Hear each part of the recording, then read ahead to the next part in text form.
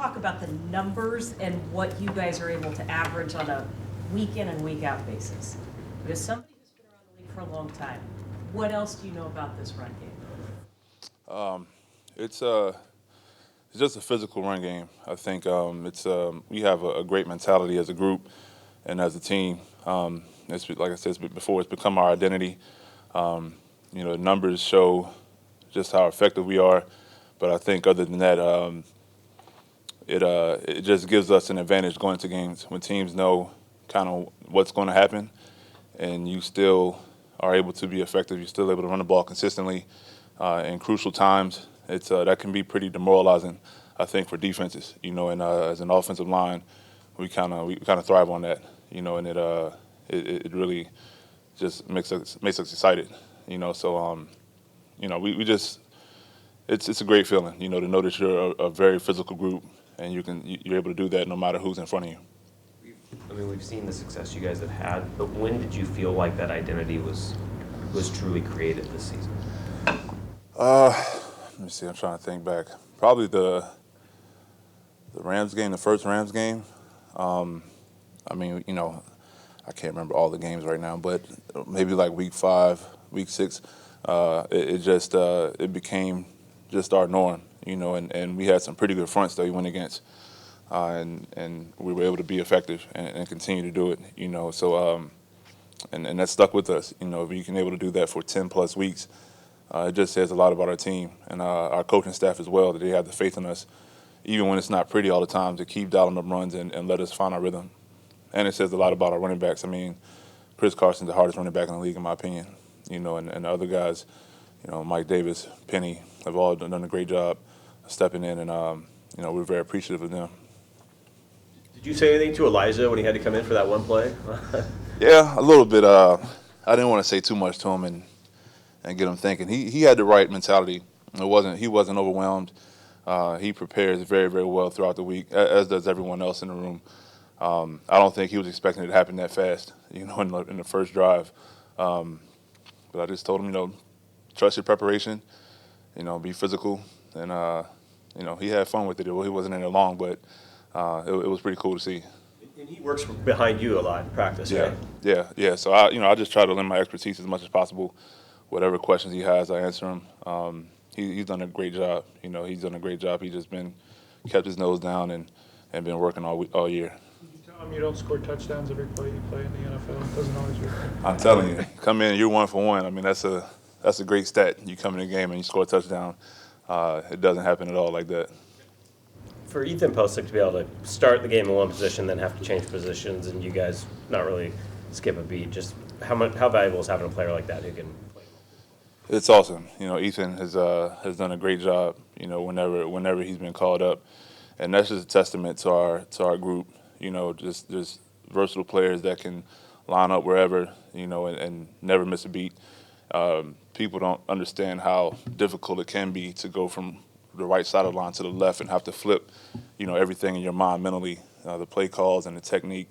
It can be pretty difficult, and he did a great job against a pretty good front, and so, it was awesome, and I'm looking forward to working with him this week or whenever I have to, so hats off to him as well.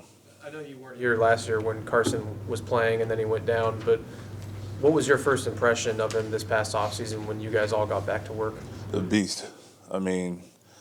Obviously, I think with the time he spent, he couldn't run. He just kind of bulked up. And so when I got here in OTAs and I saw him working out, he was flying, just a bigger back with that combination of size and speed. And you saw him do it in OTAs and minicamp. But to see him do it with his pads on, it was impressive, and I expected him to have a big year. And so for him to go over 1,000 yards means a lot to us. You've had a few good running backs in Houston. What makes Carson unique? I think, like I said, again, he's a bigger back, but he runs with a great amount of quickness and speed. He can break away, from faster defenders, but he also punishes defenders as well. And he doesn't shy away from contact. And I think when you get inside the 10 to 5 yard line, there's no doubt in our minds he's going to score.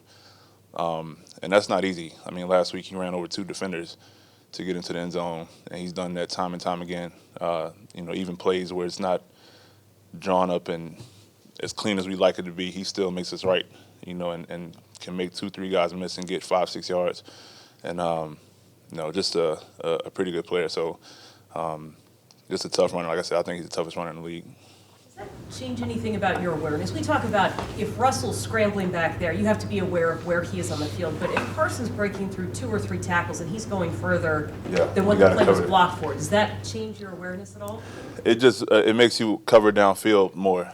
I think if you have a back that's going to get to the second level and he's getting 5-6 yards after contact, we try to get to meet him as much as possible to try to see if we can push him for another 5, and just stay on our blocks as much as possible.